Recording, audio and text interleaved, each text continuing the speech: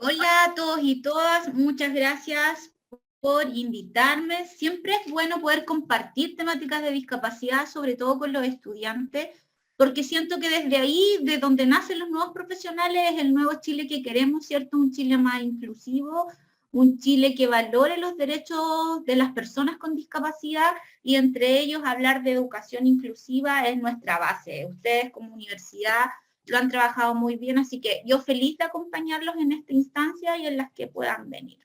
Así que tú me dices, Karina, cuando partimos, sí, yo les tengo Tú nomás. preparada una, sí, les tengo preparada una presentación. Como decía Karina, voy a ir presentando y dudas, consultas, las podemos ir dejando al final, las van anotando en el chat, porque yo no los voy a poder ver, solamente voy a compartir la presentación. Entonces vamos aquí con estos desafíos de las nuevas tecnologías que he tenido que también ir incorporándome y me van contando si se ve o no se ve. Sí, se ve súper bien, Jenny. Perfecto. Súper, ya. Muchas gracias. Sé que han estado todas las semanas con algunas actividades en conmemoración, ¿cierto?, del Día Internacional de los Derechos por las Personas con Discapacidad. Y hoy día traigo para compartir con ustedes lo que es inclusión en educación, pero en este contexto país que tenemos de nuestras políticas públicas. Hablar de inclusión en Chile no es hablar de un acto antojadizo que un día a algunas personas se le ocurrió y quiso hablar de discapacidad y dijo que teníamos que hacerla valer y que Chile iba a ser un país más inclusivo. Eso no es así. Hablar de inclusión en discapacidad hoy en día es a nivel mundial y está bajo mandatos de leyes. Parte en el año 1948 con la Declaración de los Derechos Humanos, donde, como bien lo dice, derechos humanos e incluye los derechos por todas las personas. Pero si bien desde el año 48 al 2006 hubieron actos garrafales en relación al trato de las personas con discapacidad, no se resguardaron sus derechos de educación, no se resguardaron sus derechos en salud, no hubo inclusión social y tampoco un resguardo laboral. Por esto mismo, en el año 2006, existe una Convención Internacional por los Derechos de las Personas con Discapacidad que nace al alero de diversas manifestaciones que las mismas personas con discapacidad salen a la calle junto a sus familiares y lo hacen vida. Desde ahí nace la consigna nada para nosotros sin nosotros, porque se entiende de que nadie puede planificar algo sin la participación de las personas que lo viven. Esta convención fue en el año 2006 y recién el año 2008 en Chile fue ratificada. Al ser ratificada en Chile el año 2008 se convierte en un mandato de ley bajo el nombre de Ley 20.402, con su nombre en igualdad de condiciones, y esta tiene fecha de publicación el 5 de febrero del año 2010. Si hiciéramos un escalafón de las fechas, 2 años después se ratifica en Chile y 2 años más se convierte en ley. Entonces podríamos hablar que la ley en Chile, en nuestro país, de las personas con discapacidad es muy nueva. Aún así, nuestro país ya tenía algunas instancias y algún trabajo en relación a personas con discapacidad o personas en situación de vulnerabilidad o grupos minoritarios, como quieran llamarlo. Y esto parte ya en el año 90 con algunas preferencias en relación solo a personas de tercera edad, mujeres embarazadas o personas con discapacidad física. Solo a ellas tres se les daba un acto preferencial o mayormente significativo en relación a algún beneficio social o asistencia social que pudiese existir. Como no existía nada mandatado, era como un acto de buena voluntad nada más, quedaba como al alero de qué buena onda que son los servicios públicos y que van a atender a estas tres personas, a este tres tipos de personas. Sino que ya en el año 94 se crea una ley, pero esta ley hablaba más que nada de una integración social, con una mirada biomédica, con una mirada asistencialista para las personas con discapacidad. Entonces, se estaba mirando desde el sentido de que las personas con discapacidad podían sufrir alguna enfermedad, y con estos términos sufrirla. Podían ser grupos de tipo vulnerables, y grupos de tipo vulnerables también en el aspecto socioeconómico. Si bien se resguardaba un derecho, el derecho a la salud, pero estaba muy vago el derecho a la educación y a la inclusión social en ámbitos laborales o en el ámbito de comunicación.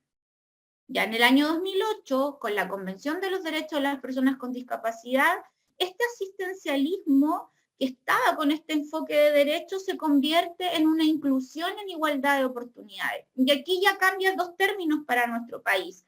Pasamos de un proceso de integración social a un proceso de inclusión en igualdad y en equidad. Eso es lo que hoy día manifiesta la ley, la 20.422 del año 2010, la que habla y establece normas de igualdad de oportunidades y a la vez legisla y crea el Servicio Nacional de la Discapacidad. Antes de esto no existía un servicio. Antes de esto existía un fondo concursable que se llamaba FONADIS y que bajo recursos del Estado entregaba recursos a las personas con discapacidad en fondos concursables. Pero no existía un servicio como el SENAMA, el SENAME, ¿cierto? El CERNAMEC. No existía eso para las personas con discapacidad. Y del año 2010, bajo mandato de ley, se crea este servicio. Un servicio que tiene una visión y una misión y también tiene ciertas restricciones en relación a lo que sí las personas quisieran que el servicio realizara para ellas.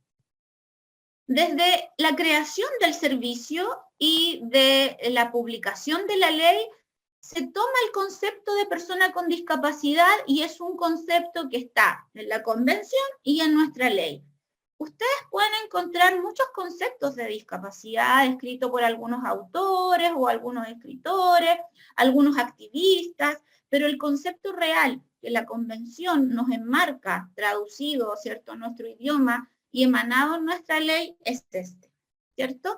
Y que dice que aquella persona que teniendo una o más deficiencias, y esto es importante acá porque las nombra deficiencias de tipo físicas, mentales, sea por causa psíquica o intelectual o sensorial, de carácter temporal o permanente, al interactuar con diversas barreras que presenta el entorno, ve impedida o restringida su participación plena y efectiva en sociedad en igualdad de condiciones que los demás. Y yo siempre presento este cuadrito explicando de que una deficiencia cualquiera de nosotros la puede tener en cualquier momento.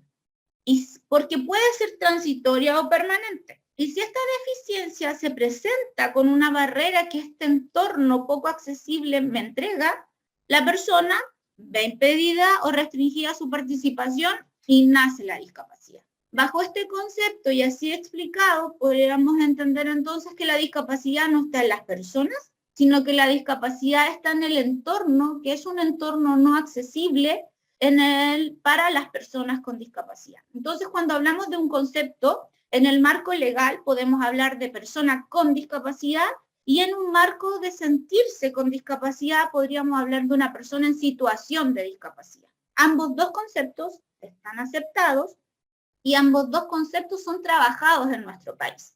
Ustedes van a encontrar a lo mejor algún documento, algún libro que dice persona con discapacidad, o algún abogado le va a decir, no, persona con discapacidad. Claro, porque en el marco normativo chileno es así. Pero en el respeto a los derechos y a la Convención de las Personas con Discapacidad, bajo este concepto de que la discapacidad no está en ellos y sí en el entorno, es una persona en situación de discapacidad. Desde ahí, ¿quiénes tienen discapacidad? ¿Y cuáles son las discapacidades que se reconocen en la Organización Mundial de la Salud y ratificadas en nuestro país? Son solo 4 y ustedes podrán encontrar a muchas personas que le pueden ir comentando, pero la discapacidad son solo 4 y el resto son diagnósticos que se asocian a una discapacidad. De las 4 discapacidades está la discapacidad de tipo física, sensorial auditiva, sensorial visual, y mental cognitiva y mental psiquiátrica. Y acá, ¿quién es el ente calificador y certificador de la discapacidad? El CONPIN, como comisión médica. Una persona puede llegar y decir, yo tengo discapacidad y tener su diagnóstico, pero si no está calificado ni certificado por el CONPIN, para los beneficios sociales que entrega el Estado, no es una persona con discapacidad. Y eso hay que tenerlo súper claro, porque muchas personas no quieren calificar o certificarse por un montón de sesgos de tipos sociales, pero aún así apela a beneficios del Estado. Y en nuestro país, y por eso hablo de política pública de nuestro país, porque a lo mejor en Argentina, en Australia, en Brasil es distinto. No necesitan estar calificados para recibir un beneficio del Estado. Pero en nuestro país, en nuestra legislación, es así. Beneficios del Estado, beneficios sociales para personas que tengan credencial con discapacidad, a excepción de los menores de 6 años. Entonces, discapacidad física, todo diagnóstico que cause dentro de una gama neuromusculoesquelética. Parálisis cerebral, hemiparesia, ¿cierto? Parálisis de tipo facial, movilidad reducida a miembros superiores, movilidad reducida a miembros inferiores. Todo lo que construya nuestro músculo esquelético. Discapacidades sensoriales, auditivas, todas las enfermedades de la audición, incluyendo baja audición, hipoacusia, ¿cierto? O una sordera total. Discapacidad visual, todas las enfermedades de la vista, desde baja visión, miopía, astigmatismo y muchas otras enfermedades que en realidad no me las sé todas, hasta la ceguera total. Y discapacidad de tipo mental cognitiva, y acá se separan en dos, porque la mental puede ser cognitiva con un daño de la cognición, y la mental psiquiátrica con un daño en todo lo que son las habilidades de tipo sociales. Cuando el COMPIN evalúa y califica, va a calificar por el tipo de discapacidad tomando el diagnóstico que ha sido entregado por el médico. De acuerdo al diagnóstico, lo va a calificar dentro de estas 4 discapacidades y va a dar un porcentaje de funcionalidad. ¿Qué tan funcional es la persona con este diagnóstico de discapacidad? Y esto puede ser desde el 5% y parte con leve, moderada, severa y profunda hasta el 100%. En Chile, de las personas inscritas y con credencial de discapacidad, pasando su proceso, ¿cierto?, de calificación y certificación del COMPIN, y después el COMPIN envía esta información al registro civil y la persona está inscrita, aparece con su Registro Nacional de Discapacidad, o RND, en una sigla más corta. Los porcentajes son así. Del 100% de personas con discapacidad, el 59,8% presenta una discapacidad física. Puede ser leve, moderada, severa o profunda, porque los porcentajes habla de persona con discapacidad física, no nos dice si son leve, moderada o profunda. Discapacidad de tipo intelectual, con un 15,7%, un 14,3% mental psíquica, solo un 4% auditiva y un 6,3% sensorial visual. La discapacidad física, ¿por qué tiene mayor inscripción que las otras? Quizás puedan existir muchas discapacidades de tipo mentales, pero no están siendo inscritas porque no son visibles, porque no hay una motivación por inscribir, porque porque los niños y niñas con discapacidad mental o intelectual dependen de un familiar, de un tutor, curador, padre o madre que los inscriba, y hasta que no comienzan a tener dificultades en los aprendizajes o en la vida social o en la interacción con otros, no nos damos cuenta que existe una discapacidad ahí. En cambio, una discapacidad física, ¿qué pasa en Chile cuando nace un niño con alguna dificultad o discapacidad de tipo físico? ¿Qué nos ayuda tanto en esto hoy en día a promover la discapacidad? Estamos en campaña, ¿cierto? El viernes parte la Teletón. La Teletón es una institución que cuando un niño nace con algún tipo de discapacidad, es derivado al tiro a la Teletón.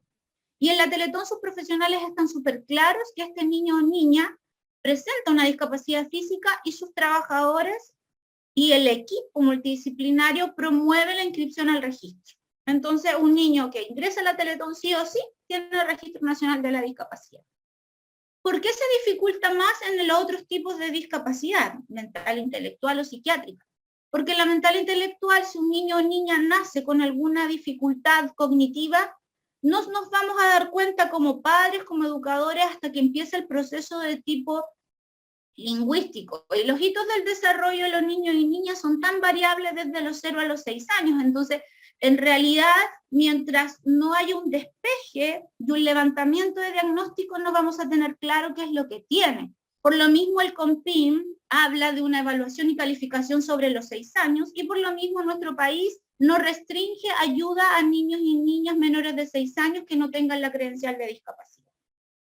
La discapacidad mental psiquiátrica ha ido un poco en aumento, pero no en edades y en rangos etarios menores, sino que mayores, sobre 60 años, y aquí empieza un poco a jugar demencia senil, Alzheimer, y donde muchas familias, muchos hijos o tutores o curadores de adultos mayores los declaran interdictos, anulándolos jurídicamente para poder hacer algún trámite de tipo judicial, y para aquello necesitan inscribirlo, y los van a inscribir dentro de esta categoría de mental psiquiátrica porque hay una falta, una debilidad de habilidades sociales y del entorno y de tipo comunicacional.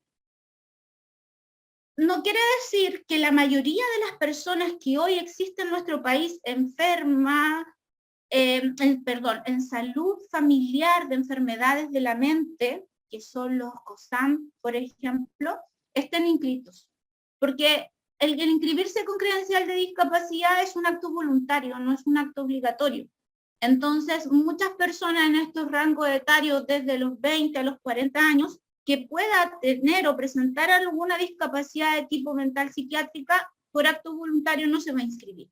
Entonces, cuando acá nombra un 14,3% de porcentaje, en lo real debe ser mucho más que lo que nos presenta el gráfico acá. Esta es la credencial de discapacidad. Arriba está la antigua, de color amarilla, muy parecida a un padrón de vehículo, con datos súper importantes en relación a una persona con discapacidad y quién se la pueda solicitar.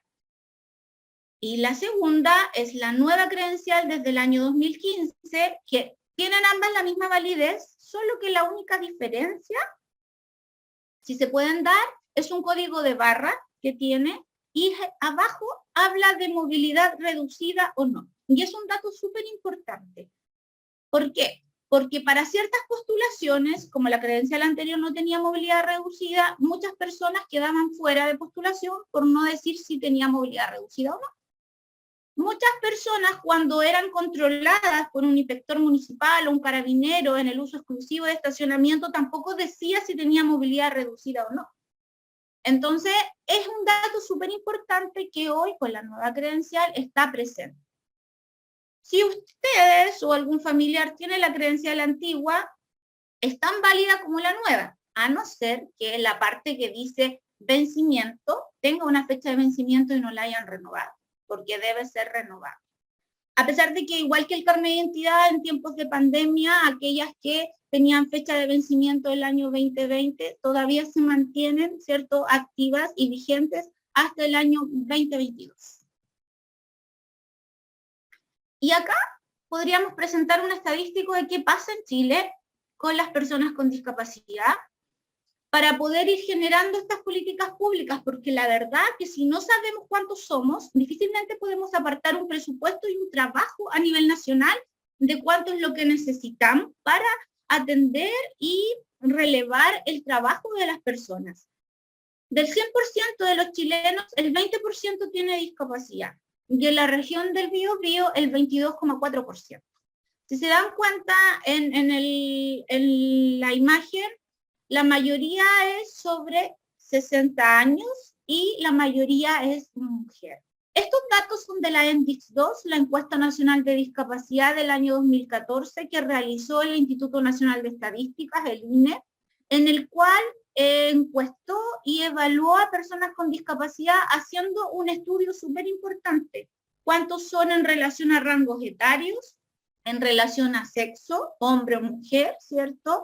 En relación a los tipos de vivienda, tipos de escolaridad, ruralidad, colocaciones laborales, quintiles de per cápita, que hasta esos momentos no existía, ¿cierto?, el registro social de hogares, sino que existía la ficha de protección social, la cual hablaba de los quintiles. Esta encuesta se está preparando la tercera encuesta, porque esta era la 2, porque del 2014 a la fecha ha pasado sus años y necesitamos saber cuántos a la fecha han ido aumentando y de personas con discapacidad y cuántas tienen su registro nacional también. Importante es, si hoy día vamos a conversar en educación, saber en relación a un porcentaje de los 4 a los 17 años, cómo está esta población. Y acá marca con rojo los niños y niñas con discapacidad y habla que existe una población de un 95,8% de niños o niñas con discapacidad, perdón, así pues, está bien. En hombres un 95,8% y en mujeres un 96,3%. Nuevamente, existen más niñas que presentan discapacidad que niños. Y este mismo porcentaje, si lo llevamos, ¿cierto?, a cuántos niños y niñas asisten a algún nivel educativo en nuestro país, podríamos decir que del 100% de niños con discapacidad en rangos etarios de 0 a 6 años, solo el 15,5% asiste a alguna institución de educación parvularia, ya sea un jardín infantil, una escuela de lenguaje o una escuela de párvulos o una sala cuna. Lo cual habla de una brecha muy menor en relación a los niños y niñas que no presentan ningún tipo de discapacidad. Y aquí podríamos hablar y hacer un análisis de cuán inclusivos son los jardines infantiles, cuán preparadas están las educadoras de párvulo para recibir a niños y niñas con discapacidad y cuán preparados están los establecimientos en accesibilidad para recibir a niños y niñas con discapacidad en estos rangos etarios de 6 años. ¿Cuándo disminuye esto? En educación básica, dice que del 100% de niños con discapacidad, el 60,7% asiste a educación básica, pero solo el 12% de este 100% de niños llega a la educación media. Y aquí es un dato súper importante porque se nos reduce totalmente el nivel educativo y la escolarización de los niños y niñas con discapacidad. Y pudiésemos hacer varios análisis. Cuando yo lo presenté, me acuerdo con un grupo de estudiantes, me dijeron, es obvio, pues señorita, si el bullying que existe va a hacer que los estudiantes no quieran ir más a clases. Pero yo hago otro análisis, no tan de tipo social, sino que hago un análisis con responsabilidad del Estado de cuántos establecimientos en educación media presentan proyectos de integración escolar para recibir a estudiantes con discapacidad, de cuán accesibles son los establecimientos de educación media en el sector rural. Porque me ha tocado ver que en sectores rurales la escuela básica llega hasta octavo básico y hasta ahí los estudiantes con discapacidad pueden ir y son uno más. Pero cuando les toca ir a educación media ya tienen que viajar al pueblo o a la ciudad y ahí se nos empiezan a aparecer todas las barreras del entorno. Barreras de tipo de accesibilidad en transporte, barreras de tipo de vulneración en relación al ámbito de pobreza que pueden vivir y no tener un transporte cómo llegar a la ciudad, barreras de tipo actitudinales, que en la ciudad donde no fuiste compañero del resto es difícil que yo te acepte, o barreras de tipo educativa donde los establecimientos de educación media no tienen proyectos de integración escolar para recibir a sus estudiantes. Entonces cae esta deserción escolar o vuelven a la escuela especial. La escuela especial que está en su sector más cercano y estudiante que puede haber terminado cuarto medio en un proyecto de integración, vuelve a la escuela especial y termina con un taller laboral. Si comparto los gráficos y dejamos que solo 12% llega a terminar educación media, en la población alcanzada hasta el 2015, esto se reduce mucho más en relación a quienes llegan a la educación superior. Y acá aparecen otro tipo de barreras. Y todas las barreras que puede tener cualquier estudiante con o sin discapacidad se incrementan más cuando las universidades o las casas de estudio están en las grandes ciudades y mucho más alejadas de las comunas del alrededor. Acá en el Gran Concepción están todas concentradas en Concepción, pero no tenemos un transporte accesible. Y el no tener un transporte accesible, que solo es el biotren accesible, limita a todas las comunas fuera del Gran Concepción a que sus estudiantes puedan llegar a estas casas de estudio. Entonces, vuelven a nacer estas barreras, la discapacidad aumenta y la persona se encuentra en situación de discapacidad, que ya es una situación de vulnerabilidad, creciendo una segunda vulnerabilidad porque no va a alcanzar estudios superiores, y si no tengo estudios superiores, mi colocación laboral también va a decaer y va a ser menor, y va a caer en una vulneración también de pobreza. Entonces, todo este círculo que me lleva al nivel educativo también se vive con las personas con discapacidad. ¿Cómo apoya entonces la ley que se crea con los derechos de las personas con discapacidad, derecho en igualdad de oportunidades? La ley es súper clara, tiene 3 artículos que mandata hoy en día a nuestro país a hacer vida. Habla del 34, 36 y 39. Yo voy a dejar hoy día, voy a leer el 39 porque hoy día estamos en una entidad de educación superior y es súper clara. Dice que las instituciones de educación superior deben contar con mecanismos que faciliten el acceso de las personas con discapacidad, así como adaptar los materiales de estudio y medios de enseñanza para que dichas personas puedan cursar diferentes carreras. Es un mandato de ley. No es que a la universidad se le ocurra y diga, oye, somos súper inclusivos y tenemos en nuestro PI o en nuestra misión y visión querer tener estudiantes con discapacidad. No, es un mandato de ley. Como también me ha tocado ver que algunos dicen, no, si nosotros recibimos estudiantes, pero no hacen valer esto. No hay acceso, no hay facilitación para el ingreso, mantención y egreso, no entregan los materiales de estudio ni los medios para que esto ocurra. Entonces, decir que sí hacemos valer la ley solo por el hecho de que recibimos estudiantes con discapacidad, nada asegura de que esto es un acto, ¿cierto?, realmente de lo que les mandata la ley y mandatan todos los artículos. Por eso, existen también históricamente respuestas a la diversidad en nuestro país. ¿Y cómo hacer compatible esta ley, que recién es del año 2010, a todos los modelos históricos que ha tenido antes la educación diferencial o educación especial en Chile? Si bien todos queremos hablar de inclusión y donde estamos todos juntos y somos todos uno, honestamente puedo decir que todavía vivimos en un proceso de integración. Los procesos de exclusión ya los vivimos, escuela para algunos y escuela para otros, eso ya nuestro país lo ha superado. Vivir una separación de escuelas especiales solo para los niños y estudiantes con discapacidad y escuelas regulares también lo hemos vivido. Hoy con el decreto 170 y en marcha el decreto 83 podemos hablar de una integración escolar, donde los establecimientos de tipo regulares y en sus proyectos de integración pueden incorporar estudiantes con discapacidad. Pero de ahí a llegar a un proceso de inclusión es un paso que todavía como país no hemos podido lograr. Y este paso puede ser por diversas brechas que hoy en día existen. Acá tengo unos monitos que lo explican un poco mejor.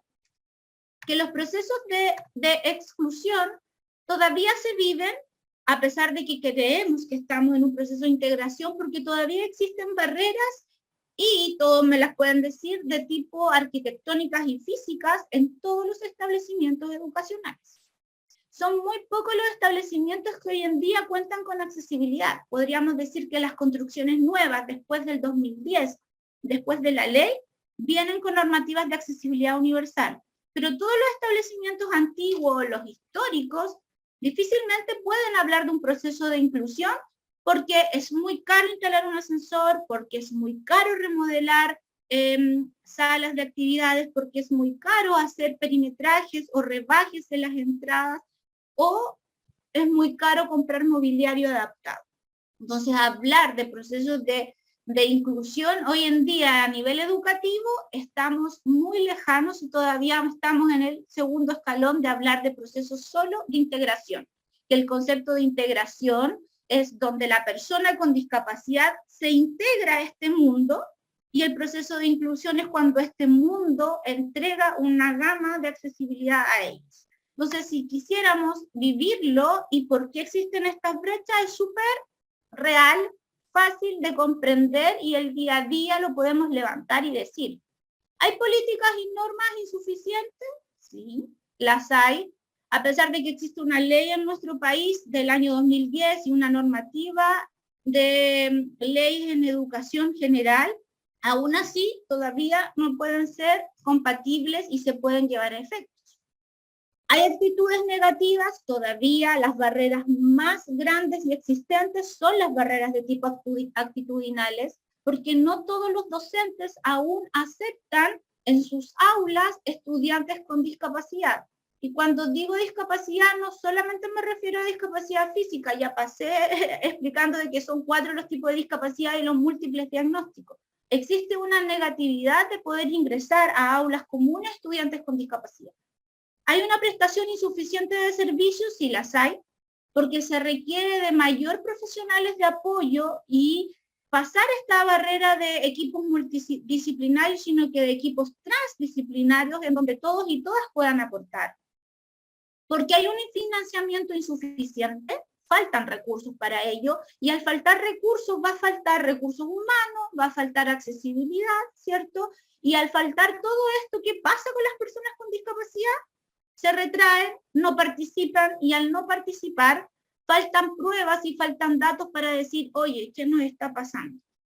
Por eso que es súper importante que ustedes, como casas de estudio que trabajan con estudiantes con discapacidad, estén constantemente en diálogos y en conversación.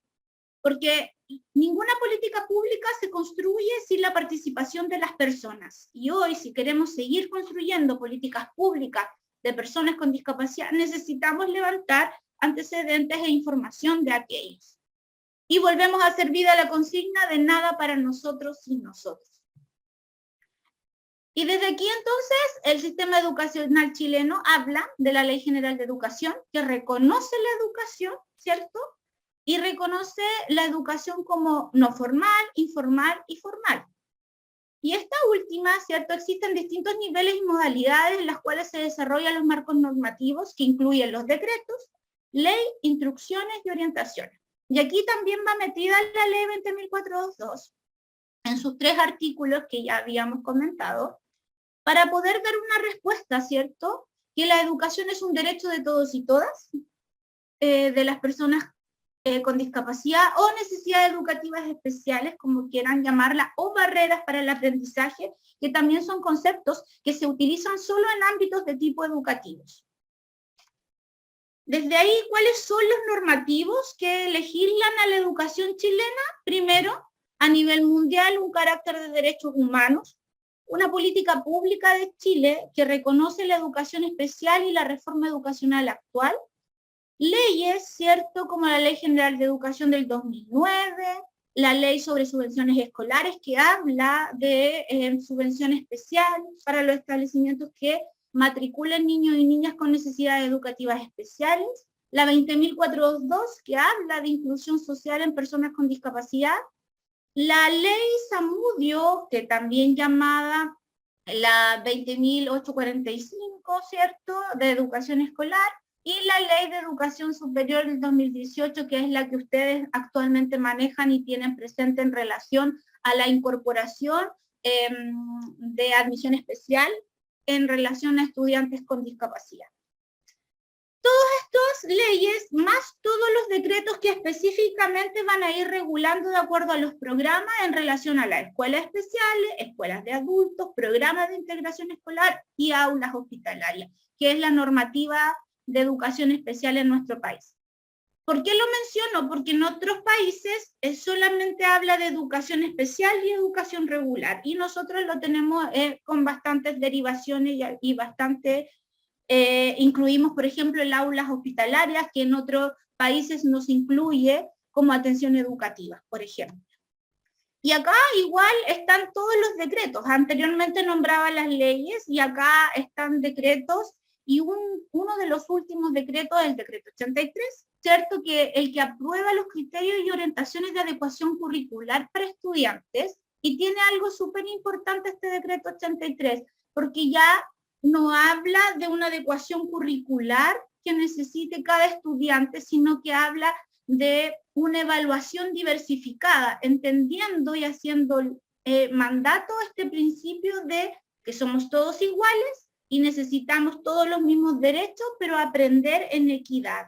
Y cuando hablamos de evaluación diversificada es esto, poder darle a cada uno lo que corresponde y evaluar a cada uno de mis estudiantes de acuerdo a sus características y no adecuar el instrumento.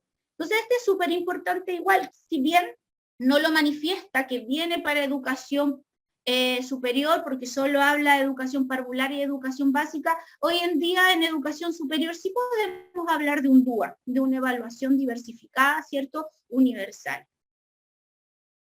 Acá, bueno, están los decretos más antiguos también, en los cuales se fue creando en Chile la educación especial y se fue incorporando educación especial a educación regular para eliminación de barreras de aprendizaje.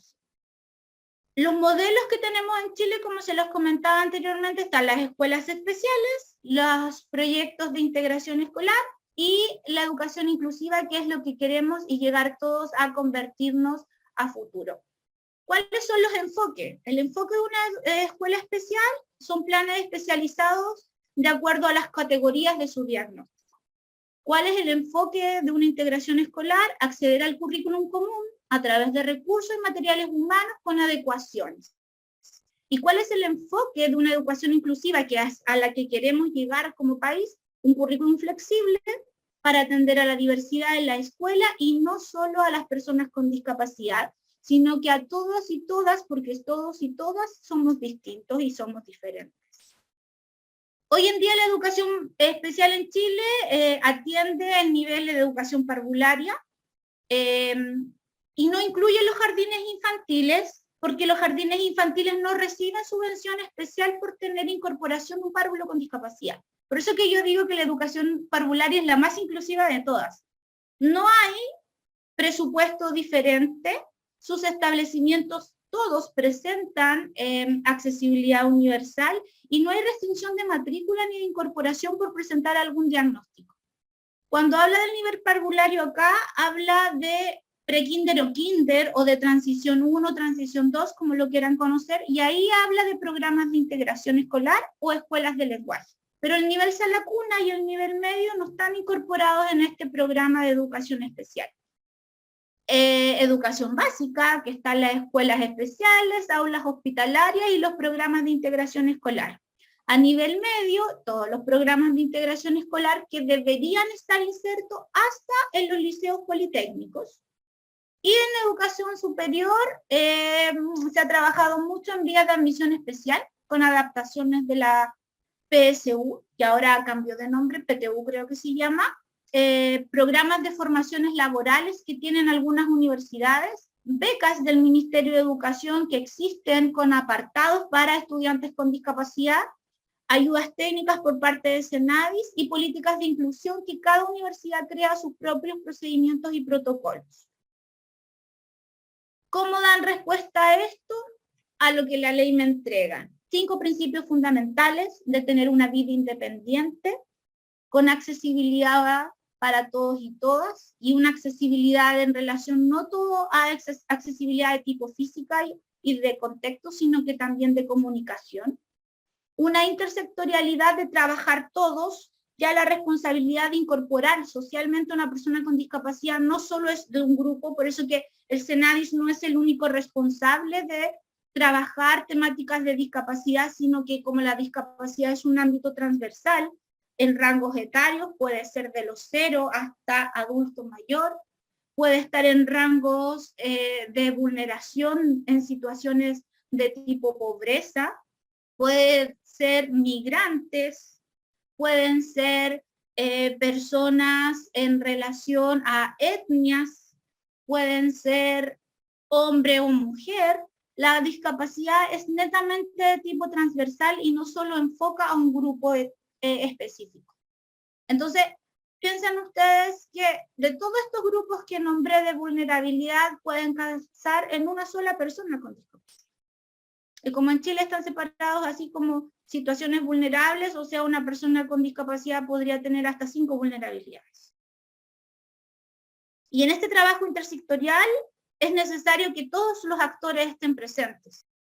Ministerio del Trabajo, Ministerio de la Mujer, Ministerio de Educación, Salud, Ministerio de Salud, que es lo que más se requiere para una persona con discapacidad, entendiendo que todo su proceso de rehabilitación está centrado en el ámbito de salud.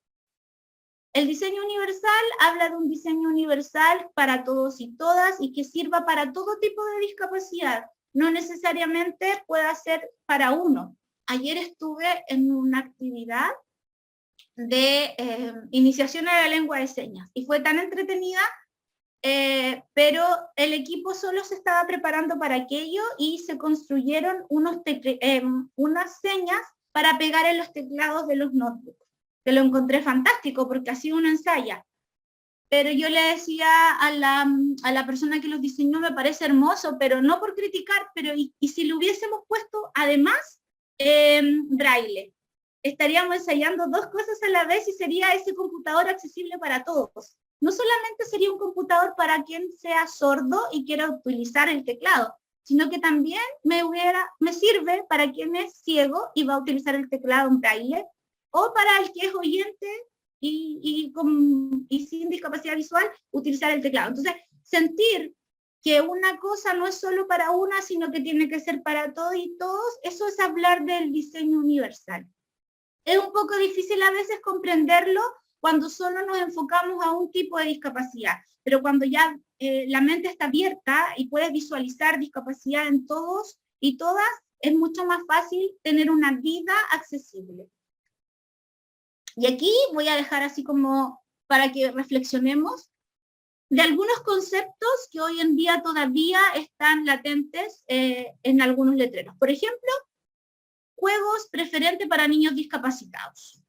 El término discapacitado es un término totalmente exclusivo, y sobre todo cuando hablamos de niños y niñas.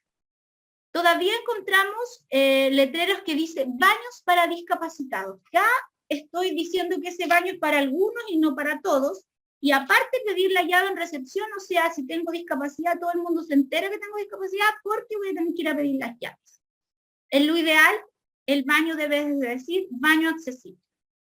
O baño, pero se entiende que es un baño accesible porque la puerta está más ancha y porque cumple las condiciones para que una persona con movilidad reducida, en silla de ruedas, pueda ingresar autónomamente al baño, haciendo valer el principio de autonomía e independencia, y pueda utilizar los servicios como cualquier otra persona.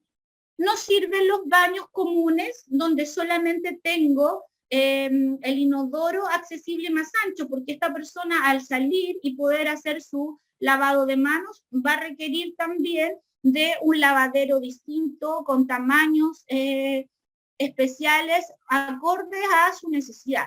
Siempre pienso a aquellos que estén haciendo un aseo personal y tienen que salir afuera a hacerlo. Eso no es accesible. Es más, es casi poco digno. Entonces, cuidado cuando hacemos adecuaciones en relación a estructuras de lugares, porque por querer cumplir la normativa y querer tener un baño accesible, solamente ensanchamos la puerta y acomodamos el ingreso. Pero ese ingreso nunca termina de ser 100% accesible. Acá hay un anuncio, por ejemplo, de un periódico que decía cruzada del primer minusválido en teleseries. Minusválido es un concepto que tampoco se utiliza porque nadie vale menos que el otro.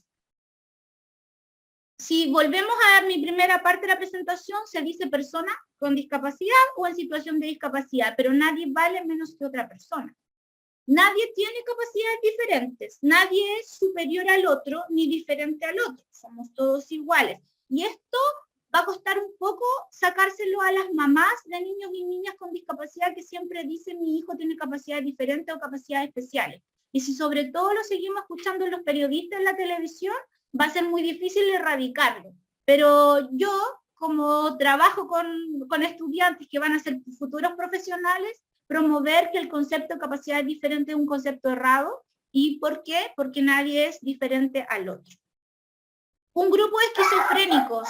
Esquizofrenia es un diagnóstico, no es una discapacidad. Es como que dijéramos el grupo de Down, el grupo de autista, el grupo de parapléjico. Es ya segregador, ya estar dándole un tipo a un grupo de personas que no debería tenerlo por solo presentar un tipo, una condición de discapacidad. Estoy con un perrito, así que les pido disculpas porque se estresa y también ladra.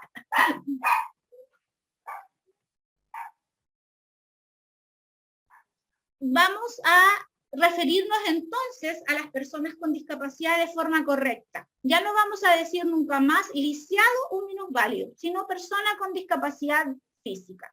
Ya en estos términos, que igual me da lata decirlo, pero muchos lo podemos escuchar, el mongolito o el retardado no son conceptos que hoy deberían trabajarse. Personas con capacidades diferentes o especiales, nadie es diferente al otro y nadie es más especial que el otro. Por ende, vamos a hablar de personas con discapacidad o simplemente hablar y nombrarlos por su nombre, como corresponde. Y en este marco del derecho que nos enuncia la ley, también nos habla del respeto en el uso correcto del lenguaje, pero en el respeto del trato y de la participación del otro. Y acá, si no existe participación en accesibilidad, difícilmente una persona con discapacidad pudiese incorporarse. Hoy en día los establecimientos de educación superior han hecho un esfuerzo enorme por dar espacios accesibles a los estudiantes. Pero acá 4 cosas puntuales que deberían todos conocer. Debemos tener acceso, sí, rampas de acceso y enanchados de puertas para el ingreso, que esto también me permita la circulación y a la vez el uso. No sirve de nada tener rampas de acceso si llego a una puerta que no tiene el ancho de una silla de ruedas, por ejemplo.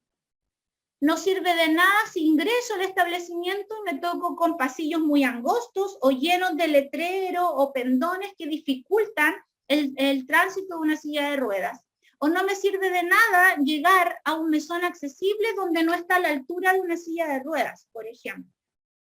Esto no solamente aplica en el acceso o accesibilidad a la atención, sino que si lo llevo más allá del acceso a la comunicación, no me sirve de nada decir que somos inclusivos porque cumplo con estas normas, si cuando un estudiante sordo llega a la atención de público, no entiende lo que se le está explicando. O de un estudiante ciego no tiene un sendero cómo llegar. Todos podemos ver los letreros que dicen biblioteca para allá, auditorio para acá, comedor para acá. Una persona ciega, ¿cómo se guía? ¿Cómo hace un sendero? En el piso. Si tenemos el piso delimitado con estas franjas antideslizantes y yo le hago la ruta al estudiante con discapacidad visual, él después a futuro va a saber dónde está cada lugar y cada sendero. Pero como son creados por personas sin discapacidad, no se ponen en el lugar de ellos y no piensan de cuál sería su ruta. Eso es accesibilidad universal. No sirve de nada tener un ascensor con los botones en braille, porque el botón en braille me va a indicar el número de piso donde quiere llegar, pero cuando le avisa a la persona que ya llegó a su piso, es necesario que también sea audible. Y hay muchos ascensores que dicen accesible porque tienen solo el botón en braille, pero ¿y cuándo le avisa dónde se tiene que bajar? La persona tendría que ir pensando y mentalizándose, ya subí un piso, subí 2 pesos. Eso no es accesibilidad. Por eso que cuando hablamos que sea para todos y todas, aquí tenemos que pensar en todo tipo de discapacidad, no solamente en la que hoy en día tengo. Y eso ha costado un poco, porque por muchos años solo se incorporaban a la educación estudiantes con discapacidad de tipo física y quedaban rezagados para escuelas especiales los chiquillos con discapacidad visual, auditiva e intelectual. Y hoy en día lo que queremos erradicar y queremos relevar una educación inclusiva para todos y todas y que todo tipo de discapacidad pueda llegar a educación superior. Los accesos de comunicación, existe mucho material en el cual podemos, Senadis, todo su material es accesible, acá les presento algunos que tienen códigos QR que me sirven para estudiantes ciegos o para estudiantes sordos que puedan leerlos. Promovemos la lengua de señas como lengua materna de las personas con discapacidad auditiva y como derecho y acceso a la comunicación. Desafíos que hoy día nos podemos encontrar, muchas dificultades estructurales en la flexibilidad del currículum, no tanto para el ingreso, sino que para la mantención y promoción de estos. Una homogenización de los estándares y del mercado, de lo que pueda entregar hoy en día para las personas con discapacidad en relación a cosas muy básicas como textos educativos. Hoy en día existe una gama de textos educativos para los estudiantes de tercero y cuarto medio, pero no hemos sentado con el Ministerio de Educación a revisar si esos textos educativos de lectura complementaria están liberados en el sistema y pueden ser audibles, o que el sistema del JOS los pueda leer para estudiantes ciegos? No están todos. El Tratado de Marrakech, el cual libera textos para que funcionen en PDF y los software de personas con discapacidad visual los pueda leer, hay muchos textos en educación media que no están. Entonces, eso también es preocupante, porque si no, un estudiante con discapacidad visual va a necesitar de un tercero que le lea el libro. Y estamos perdiendo uno de los principios, que es la autonomía y la independencia. En educación superior, igual, existen muchos textos y libros que no están liberados. Y ahí calza el perfil de la carrera y qué profesional queremos egresar. Por eso que la normativa deja un poco de lado la educación superior, pero cuando el Estado se hace cargo de educación básica y media, se tiene que hacer cargo también del acceso, y en este acceso a la educación, y preocuparnos de que existan textos accesibles para todo tipo de discapacidad, porque siempre volvemos atrás y pensamos discapacidad, teletón, física, pero nadie piensa que los estudiantes sordos, los estudiantes ciegos también van al colegio. Y ejemplo tenemos que muchos han egresado de casa de estudio, y la Católica también puede dar ejemplo que tenemos estudiantes sordos, ciegos, y no solamente pensamos en una discapacidad física. Entonces, esto me lleva a una cobertura en todos los niveles educativos, no solamente básico y medio, sino que también queremos una cobertura a nivel de educación superior. Y aquí, como el marco legal y normativo en Chile nos permite y nos asegura el derecho a la educación, y eso es lo que quiere.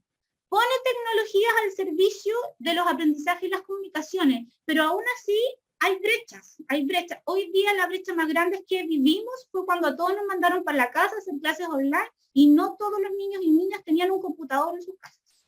Entonces, cuando el Estado chileno dice que sí hay servicio y tecnología, exacto, la hay, pero no para todos. Y se nos vuelve a ser segregador. Y vuelven a caer los estudiantes con discapacidad, porque las escuelas especiales no tenían esta modalidad de hacer clases online. Entonces, volvemos a segregarlos, volvemos a discriminar, y volvemos a caer, ¿cierto?, en un proceso de integración que va a falta y mucho para hacer un proceso inclusivo. La sensibilidad social frente a las necesidades educativas especiales está, y hoy día se vive solo en los equipos PIE, porque todavía cuesta mucho incorporar a profesores de educación regular, básico, medio, que puedan entender que hoy en día la evaluación diversificada tiene que hacerlas y nace de ellos, y no solamente de la educadora diferencial o del psicopedagogo. Y ahí es complejo, porque cuando este estudiante egresa y quiere ingresar a la educación superior, en la universidad está pidiendo educador diferencial y psicopedagogo, y eso no ocurre así. Si existiera una sensibilidad frente a todos y trabajáramos en este currículum igualitario. Esto de los incentivos para prácticas integradoras o inclusivas, ¿cierto?, todavía se daba bajo el decreto 170, bajo el decreto 83 en educación regular.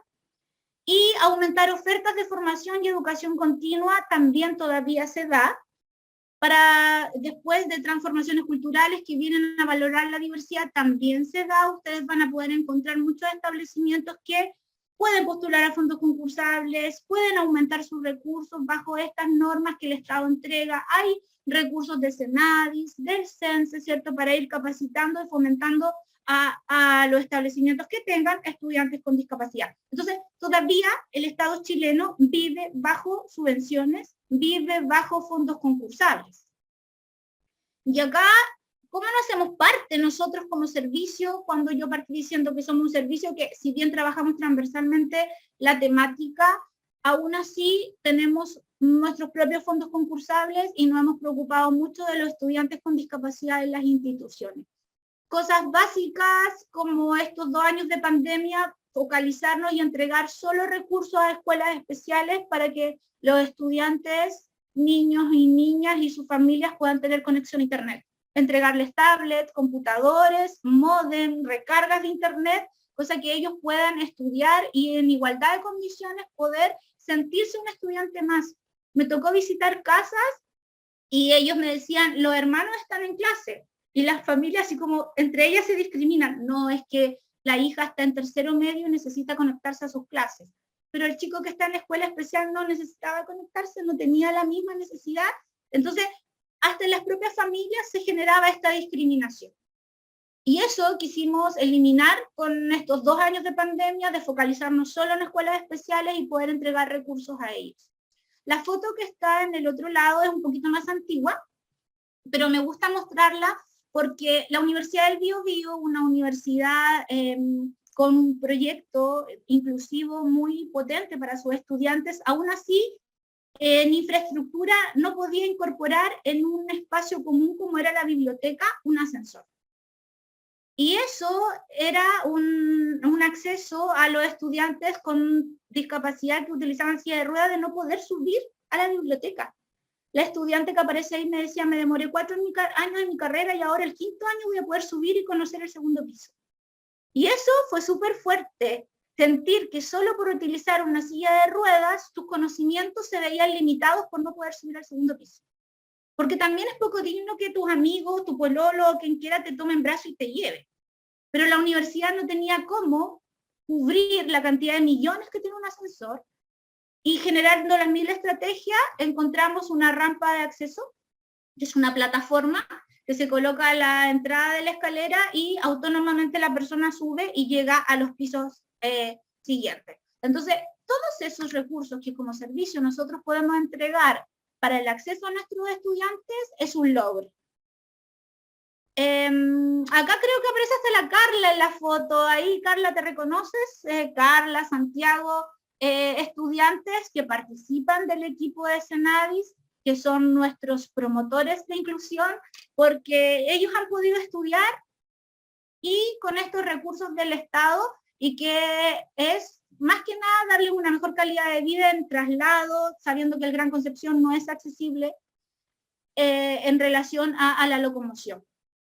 Y pongo otra foto de otro estudiante que me gusta mucho y siempre la nombro porque fue el primer estudiante que nos llevó a hacer un clic y decir, él estudió ya porque es médico, y mientras estudiaba medicina le tocó ir a hacer la práctica. Y en el pabellón no alcanzaba. Entonces el médico, que era su tutor, me dijo, no sé cómo bajar el mesón del pabellón para que él alcance y pueda hacer su práctica, no se me ocurre. Entonces, entre cabeceándonos y googleando y buscando, encontramos que en otros países existía una silla de ruedas que a la vez es bipedestal, que se coloca en posición vertical, y era la única forma de que este estudiante pudiese utilizar su silla de ruedas a diario, y cuando necesitara ponerse en posición vertical, alcanzara el mesón del pabellón.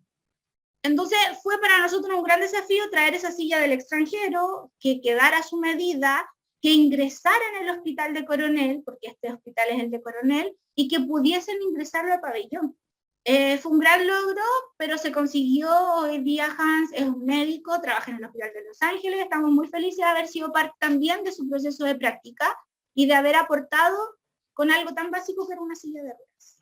Pero para él le cambió la vida, y yo creo que para los médicos del Hospital de Coronel es abrir una brecha a de que la discapacidad no tiene límites y que cuando uno quiere puede y consigue. Él solo tenía que ser estudiante, él solo tenía que estudiar y lo demás teníamos que preocuparnos nosotros. También tenemos programas no solo en educación superior, sino que en atención temprana, porque para nosotros los niños y niñas y para el país es lo primero. Hoy en día hay una campaña, los niños primero, y si bien, como yo les expliqué, no se exige para beneficios del Estado tener la credencial para menores de 6 años, pero sí para nosotros es importante que todo niño o niña que ingrese a un jardín infantil y necesite de atención diversificada pueda presentar un diagnóstico. Y desde ahí parten las derivaciones con los programas Chile Crece Contigo, y hoy en día en los jardines hay educadores diferenciales, kinesiólogos, fonoaudiólogos y terapeutas acompañando el proceso de las educadoras de párvulo. Junji en este programa, en tiempos de pandemia, hizo muchas cápsulas de apoyo a las familias para poder acompañar este proceso, entendiéndose de que los jardines infantiles estaban cerrados. Así que los invito a visitar las páginas de Junji, donde están las cápsulas de los profesionales de Senadis, ahí acompañando el proceso inclusivo con los niños y niñas. Y acá para terminar y agradecer ahí, como se diría en señas, gracias 2 veces, los correos de nuestras oficinas. Cuando me presenta Karina, me presenta como profesional de apoyo de la Dirección Regional de Biobío, es así, soy profesional de apoyo a cargo del área de educación, así que todo lo bonito, lo feo y lo que podamos aportar en el área educativa lo pueden encontrar ahí en esos 2 correos.